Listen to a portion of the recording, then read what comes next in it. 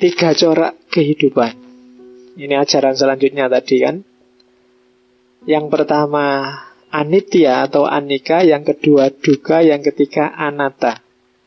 Kita mulai masuk fase-fase teori yang agak rumit. Jadi hidup ini punya tiga ciri. Ciri yang pertama adalah sementara. Ciri yang kedua adalah samsara, penderitaan. Dan ciri yang ketiga adalah tidak ada inti, tidak ada hakikat. Ini yang khas bedanya Hinduisme sama Buddhisme. Kalau di Hinduisme kemarin masih ada Atman, masih ada Brahman. Buddhisme tidak ngakuin itu. Kita lihat kenapa begitu. Cuma hidup kita katanya Hindu, yang pertama katanya Buddha, tidak kekal, sementara, menderita, dan tidak ada hakikat. Kita sendiri yang membentuk. Itu nama lain dari anatta. Nggak ada kok aslinya manusia itu baik apa jelek ya. Yo tergantung kamu. Kalau kamu melakukan perbuatan jelek ya berarti jelek. Kalau kamu melakukan perbuatan baik ya berarti baik. Tapi kan jiwa kita asalnya dari Allah. Nggak ada itu. Itu cuma konsepmu. Katanya Buddha loh. Makanya nanti Buddha ini menginspirasi beberapa tokoh eksistensialis barat. Kierkegaard, Schopenhauer itu banyak dipengaruhi oleh Buddhisme, termasuk Nietzsche. Jadi ada tiga karakter hidupmu itu. Kamu tidak kekal, kamu itu menderita, dan kamu itu tidak punya inti. Kamu sendiri yang menentukan nasibmu. Oke. Dan ini nanti yang sangat berpengaruh di eksistensialismenya Heidegger. Bagi yang suka. Cuma kita sering tertipu. Yang pertama apa? Ketidakkekalan itu sering tersembunyi dalam kesinambungan. Biasanya diilustrasi di kitabnya Buddha itu pakai lilin. Lilin itu seolah-olah nyala yang tadi itu sama dengan nyala yang sekarang. Padahal itu mungkin api sekarang dengan api yang tadi itu sudah beda. Cuma karena kita lihat kesinambungan seolah-olah itu kekal terus menerus begitu. Jadi sering-sering kefanaan itu tersamarkan oleh kesinambungan. Kita menganggap yang ilusi itu nyata. Yang kedua, penderitaan itu sering tersamarkan oleh perubahan. Kadang-kadang kita sendiri yang merubah. Ya kan? Hidup itu kan tidak nyaman. Tapi kadang-kadang kita bikin seolah-olah nyaman. Lagi-lagi ilusi kita bikin mengalahkan yang hakiki. Begitu ngerti bahwa besok mati, terus kamu bilang, alah Pak, ngapain sih besok? Ya besok, ngapain dipikir sekarang? Itu menyamarkan yang hakiki, menyamarkan kebenaran. Hidup sekali Pak, ngapain sih sumpek-sumpek? Ayolah kita seneng-seneng. Ilusi. Kita samarkan yang hakiki dalam ilusi-ilusi kita sendiri. Janjane kamu ngerti besok mati, tapi kan kamu, udah Pak, jangan yang ini kan mati terus lah, bikin sumpek aja, mikir yang enak-enak aja kok. Kita samarkan sendiri, sehingga kita tipu diri kita sendiri. Kita bikin ilusi untuk hidup kita sendiri. Oke, yang ketiga, ya, tidak ada hakikat, tidak ada yang inti. Semua adalah hasil perbuatan kita. Itu biasanya kita samarkan dengan konsep, kita samarkan dengan sosok, kita samarkan dengan ajaran, kita samarkan. Banyak sekali tipuan-tipuannya. Jadi itu yang selanjutnya. Nah, terus katanya Buddha, ya pokoknya perhatikan ya, hidup ini manusia itu komposisinya 5. Rupa, kesadaran, penyerapan, pikiran, dan perasaan. Namanya panca kanda. Jasmani dan rohani. Titik. Tidak ada jiwa yang hakiki, tidak ada Tuhan yang di dalam, tidak ada. Tidak. Itu konsep-konsep bikinan kita sendiri. Hidup kita adalah tarian-tarian kombinasi itu tadi, antara yang fisik dan yang batin. Yang batin itu kesadaran, penyerapan itu pemahaman, pikiran itu pengembangan, dan perasaan. Itu aja, dialektika itu aja hidup kita ini, katanya Buddha. Sehingga kalau kita lupa dengan ini, kita kehilangan hakikat hidup. Konsep-konsep, bahkan konsep Tuhan itu sering mereduksi hakikat ini. Kita sering lari ke Tuhan sehingga melupakan hakikat hidup kita sendiri. Makanya nanti ada konsep anatta atau anatman. Jadi lawannya atman. Maksudnya apa? Atman itu tidak ada. Hakikatmu itu tidak ada. Hakikat itu apa sih? Hakikat itu apa yang kamu lakukan tiap hari. Kalau kamu tiap hari pembohong, tiap hari berbohong, ya hakikatmu pembohong. Kalau kamu tiap hari curang, berarti jiwamu jiwa curang. Lah kalau di dalam dirimu ada Tuhan, apa kerasan Tuhan dalam dirimu yang curang itu? Tidak, katanya. Tidak ada jiwa yang khusus yang beda dengan dirimu, tidak ada. Dalam diri kita dialektika itu tadi, pikiran, perasaan, penyerapan, dan seterusnya. Itu yang disebut anatman. Dan kepercayaan akan jiwa itu nanti yang sering-sering jadi sumber keangkuhan, sumber egoisme. Orang jadi ingin menang-menangan. Karena aku adalah makhluk yang terbaik, karena aku ini orang penting, aku ini sumbernya aku itu karena ego tadi. Karena kepercayaan pada jiwa itu doktrin anatman. Anti pada konsep-konsep besar agama-agama tentang jiwa, termasuk juga tentang Tuhan. Katanya Buddha, ini nanti menginspirasi banyak filosof ateis barat. Tidak bisa dijelaskan. Kalau memang yang dimaksud Tuhan itu loh ya. Begitu dijelaskan, kita akan terjebak dalam konsep-konsep. Dan yang kita sembah akhirnya konsep itu. Maka teologinya Buddhisme, kalau kamu sebut Tuhannya ada nggak? Nggak ada. Meskipun karena di Indonesia dipaksa harus ada Tuhannya, jadi di Indonesia terus disebut ada Tuhannya namanya Sang Hyang Adi Buddha. Pinterin yang gawean. Tapi sebenarnya tidak. Teologinya Buddhis itu teologi yang negatif, totally negatif. Negatif itu pokoknya Tuhan itu apa sih? Laisa kamitslihi syai'un. Tidak bisa dijelaskan, sudah. Gak usah diomong. Begitu kamu omong bulet dewe nanti. Karena kamu akan terjebak oleh konsep-konsep. Yang penting tempuh perjalananmu dan kamu akan sampai pada state yang disebut nibbana tadi, yang itu karakter ketuhanan. Meskipun ada sih orang-orang Buddhis tertentu yang beralasan sebenarnya di Indonesia juga tidak harus kok agama ada Tuhannya. Toh sila pertama tidak bilang Tuhan yang Maha Esa, bilangnya ketuhanan yang Maha Esa. Ketuhanan itu kan bukan Tuhan, tapi bersifat Tuhan, kata sifat. Dan kalau ketuhanan, Buddhisme sangat ketuhanan. Jadi sebenarnya meskipun dia dianggap ateis, non-teis, masuk aja ke Indonesia, tidak apa-apa. Oke. Jadi kalau tak jelaskan dalam tentang Tuhan agak panjang, tapi intinya itu, Tuhan not as konsep atau as sosok. Kayak di Hindu kan ada sosoknya, di kita kan Tuhan ada sosoknya, seolah-olah dia beda. Tapi enggak, Tuhan jangan dijelaskan, jangan digambarkan. Bagi yang paham Ibnu Arabi akan lebih mudah memahami Tuhan yang dimaksud oleh Buddha. Cuma orang-orang ngawam mungkin agak berat memahami Tuhannya Buddha, jadi dianggapnya Buddha itu terus nyembah patungnya Buddha, kayak yang ada di Borobudur atau Prambanan itu. Oke. Ada istilah yang khas dari Buddha yang disebut ehipassiko.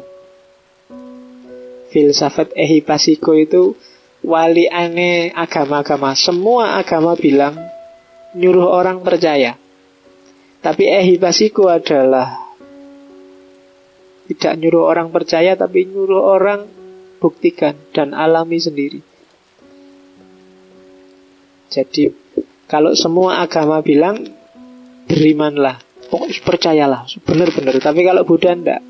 Ehipasika itu datang dan lihatlah, alami sendiri. Semua yang tak omongkan di depan tadi, enggak usah kamu pikir benar salahnya. Sudahlah, kamu alami aja. Dan enggak usah kamu percaya enggak ya itu ya. Enggak usah kamu pikir. Katanya Buddha, datang dan lihatlah. Datang dan alamilah. Bukan datang dan percayalah. Enggak ada gunanya. Buddha sangat anti konsep-konsep ajaran-ajaran. Pokoknya manut ajalah kamu, harus A, harus B. Bagi dia alami langsung. Makanya kategorinya Buddha kan ini. Ini salah satu anginnya. Jangan, dia mewanti-wanti ya, jangan begitu saja kamu ikut pada yang pertama, tradisi lesan. Jangan begitu saja ikut pada ajaran turun-temurun. Jangan begitu saja ikut kata orang, atau ikut koleksi kitab suci, atau percaya dengan nalar yang logis lewat kesimpulan, atau alasan-alasan yang kamu bikin sendiri, atau dan seterusnya yang kelihatannya meyakinkan, atau cuma ikut guru. Yo, karena dia kiaiku, karena dia ustadku. Nggak usah. Pertimbangan pertama adalah coba cek apakah itu bermanfaat buatmu, tidak tercela, terus orang-orang bijaksana juga menerima, dan jika dijalankan akan membawa kesejahteraan dan kebahagiaan. Kalau punya karakter itu baru kamu ikuti. Tapi kalau sekedar biasanya begitu, tradisi lesan, ajaran nenek moyang, kata orang begitu, kitab suci bilang begitu, logika maunya begitu, atau guruku ngomong itu, tidak usah diikuti. Ceklah apakah itu menggiringmu pada kesejahteraan dan kebahagiaan atau tidak. Kalau enggak, semua tadi hanya bikin kamu semakin jauh dari dirimu sendiri. Kamu nambah beban, nambah berat muatan roda samsaramu. Karena hidup ini hidupmu. Kamu yang merasakan, kamu yang tanggung jawab. Maka boleh cari referensi dari luar, tapi parameternya tidak boleh dari luar, harus dirimu sendiri. Nah, itu namanya ehipasiko. Datang dan alami sendiri, jangan berjarak. Apalagi agama itu kan hidup kita, esensial. Nah, itu pesannya Buddha. Karena selama ini kan kita selalu berjarak dengan agama, seolah-olah kita lahir untuk agama, atau kebalikannya, agama lahir untuk kita. Tidak, esensi hidup kita itu harus dialami langsung. Oke. Ada beberapa ajaran, cuma saya tidak bisa ngomong detail, tak comot satu-satu ya, yang menurut saya agak unik dan khas dari beberapa ayat yang disampaikan Buddha. Cuma tak ambil dari website, tak cari yang ada gambarnya, sayangi bahasa Inggris. Oke. There are two mistakes one can make along the road to truth, not going all the way and not starting. Kebenaran yang sudah kalian sadari tinggal dijalankan. Cuma para penempuh jalan ini biasanya melakukan dua kesalahan besar. Yang pertama, tidak mengerahkan seluruh daya upaya. Dan yang kedua, tidak mulai-mulai jalan. Itu problem besarmu, mungkin problem besarku juga. Kamu tidak berani full mati-matian mengerahkan segala daya upaya untuk menghidupkan kebenaranmu sendiri. Kamu selalu jalan dengan gas setengah, tidak berani gaspol. Mungkin karena males, mungkin karena nyari enaknya saja, mungkin nyari santainya aja. Maka hasilnya juga tidak maksimal. Not going all the way. Kamu sendiri nggak mati-matian. Atau ada yang mikir terus, pertimbangan terus, gak mulai-mulai. Wah, ini sudah mau ujian, ini enaknya tahajud, Senin Kemis puasa. Tapi besok ada no wae alasane gak mulai-mulai. Wis itu masalah akut itu kita. Ini pokoknya tak target ya, minggu ini bab 3 selesai wis. Gampang itu. Tapi begitu buka laptop ya kok langsung facebook.com. Terus capek Facebookan, nanti aja, kan masih minggu ini. Terus lama, ditambah minggu depan juga ndak apa-apa, nggak ada yang nyusu-nyusu kok tambah. Dan terus gitu, ndak mulai-mulai. Dan itu problemnya pejalan, para musafir. Maka kamu harus going all the way. Kalau memang garap tesis, disertasi, skripsi, ya kerahkan semua daya upaya. Kamu bisanya 90 kasih 90, bisanya 100 kasih 100. Emangnya kamu nyimpen stamina buat apa? Dan mulailah sekarang. Start it now. Ayo dimulai. Udah gak kayak alasan lah. Alasan itu bisa kamu bikin 1001 kok. Alah umurku masih berapa sih, cepet-cepet lulus juga mau apa. Nanti sih, iya kan, targetnya 14, baru 10, masa ribet. Kan kamu mesti gitu kan, alasan digoleki terus. Nggak lah, ayo dimulai sekarang. Saya kutip ini karena kelihatannya penyakit kita banyak di sini. Not going all the way dan not starting. Yang kedua, ini yang agak khas. Man asked Lord Buddha, I want happiness. Lord Buddha said, first remove I, that is ego. Then remove want, that is desire. See now, you are left with only happiness.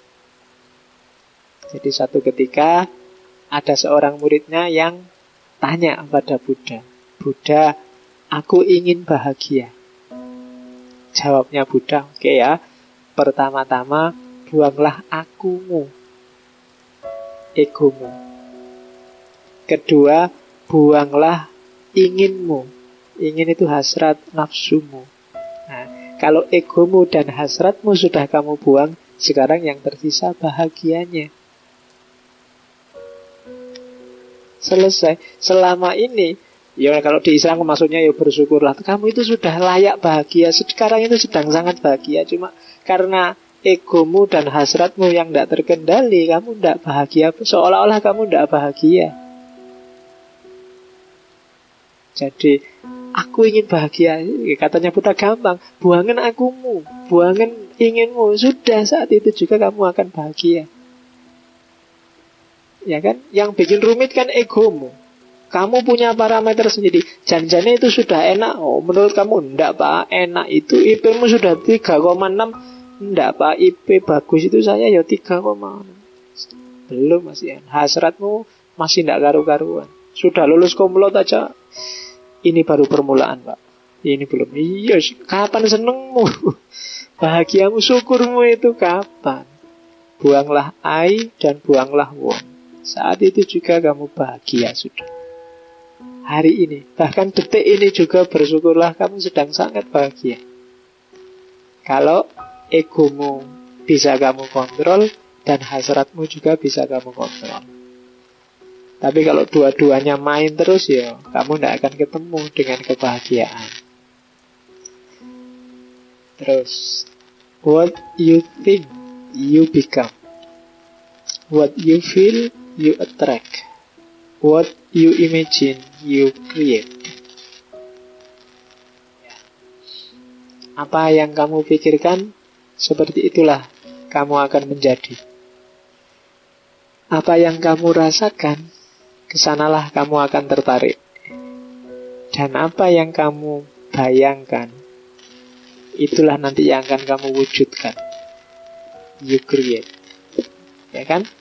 Saya pak, pinginnya setelah ini kawin dengan anaknya orang kaya, itu kan imagine. Biasanya itu kan yang nanti akan mati-matian kamu wujudkan. Apa yang kamu rasakan, kesitulah kamu akan ditarik, tertarik, merasa senang, merasa sedih. Rasanya saya sudah putus asa, Pak. Ya kamu akan ke sana, jadi putus asa beneran. Nah, what you think you become. Apa yang kamu pikirkan, kamu akan jadi seperti itu. Nah, itu masih banyak ya. Oke. Terus, do not dwell in the past, do not dream of the future, concentrate the mind on the present moment. Tidak usah terlalu banyak memori, membayang-bayangkan masa lalu. Jangan tinggal di dunia masa lalu. Dan jangan bermimpi tentang masa depan. Fokus saja untuk kehidupan hari ini, present moment. Masa lalu sudah lewat, masa depan belum jelas. Yang kamu hadapi masa kini. Itu nasihatnya Buddha. Karena orang yang hidupnya di masa lalu biasanya susah untuk hidup di masa kini. Sebaliknya orang yang mimpinya di masa depan juga tidak nyaman hidup di masa kini. Jadi nikmatilah hidupmu. Itu kan kayak seorang muridnya Sufi yang satu ketika datang ke gurunya. Terus sebenarnya gurunya ingin menyampaikan pesan ini sih. Terus ayo silahkan kamu tidur aja. Dikasih kamar tidur yang bawahnya banyak panahnya, atasnya juga ada tombak-tombak yang mau jatuh. Tapi kamar tidurnya ini leks luar biasa. Semalaman dia nggak bisa tidur. Kenapa? Mikir tombak yang mau jatuh sama yang di bawah tempat tidur. Jangan-jangan nanti nyubles aku atau ada yang jatuh satu, mati aku. Jadi seindah. Dan gurunya sebenarnya mau ngasih nasihat kayak Buddha ini. Coba kamu ndak usah mikir tombak-tombak yang ada di atas dan di bawah kasur. Nikmati aja kasur yang enak itu. Tidurmu akan pules. Tapi kamu gelisah mikir, aduh habis lulus jadi apa besok ya? Kira-kira aku bisa nggak ya dapat kerjaan enak? Bisa nggak dapat ini? Kamu gelisah dengan masa depan atau masa lalumu. Enak zaman dulu. Piye yo penak zamanku tau dulu. Malah ya kan stres dewe kamu kalau mikir. Yang kamu hadapi itu sekarang kok. Nggak kayak SBY dulu, nggak kayak Soeharto dulu. Itu sudah lewat. Yang kamu hadapi Jokowi sekarang. Atau besok aja ganti presiden sik suwi. Jangan lari dari realitas. Sekarang kamu hadapi Jokowi, setuju atau tidak setuju, silahkan direspon. Nggak usah pengen kembali ke masa lalu atau datang ke masa depan. Hidupmu hari ini. Oke. Terus yang terakhir, masih ada nggak ya tadi ya? Oh masih ada. Ini kalimat terakhirnya Buddha. Many do not realize that we here must die. For those who realize this, quarrels end. Tidak banyak orang yang selalu sadar bahwa dia akan mati di sini, di dunia ini. Bagi mereka yang sadar, quarrel ends. Wis ndak banyak ribut, nggak banyak debat, nggak banyak diskusi. Barang siapa yang masih suka debat, masih suka gegeran, masih suka diskusi, biasanya nggak sadar bahwa dia besok akan mati. Bagi mereka yang sadar mati, walah sudahlah ngapain sih seribut itu, sesumpek itu, ayo kita siap-siap besok mati loh. Itu maunya Buddha. Makanya katanya Nabi kan nasihat paling baik itu mati. Jadi kalau kamu kok disuruh ceramah tiba-tiba nggak punya materi, cerita aja tentang Bapak Ibu, mari kita ingat mati. Iya, itu dahsyat. Makanya katanya Buddha, for those who realize this, quarrels end. Bagi yang penasaran semua ajarannya Buddha tadi, kalian bisa nyari setiap poin, carilah ayatnya, dan kalian akan ketemu.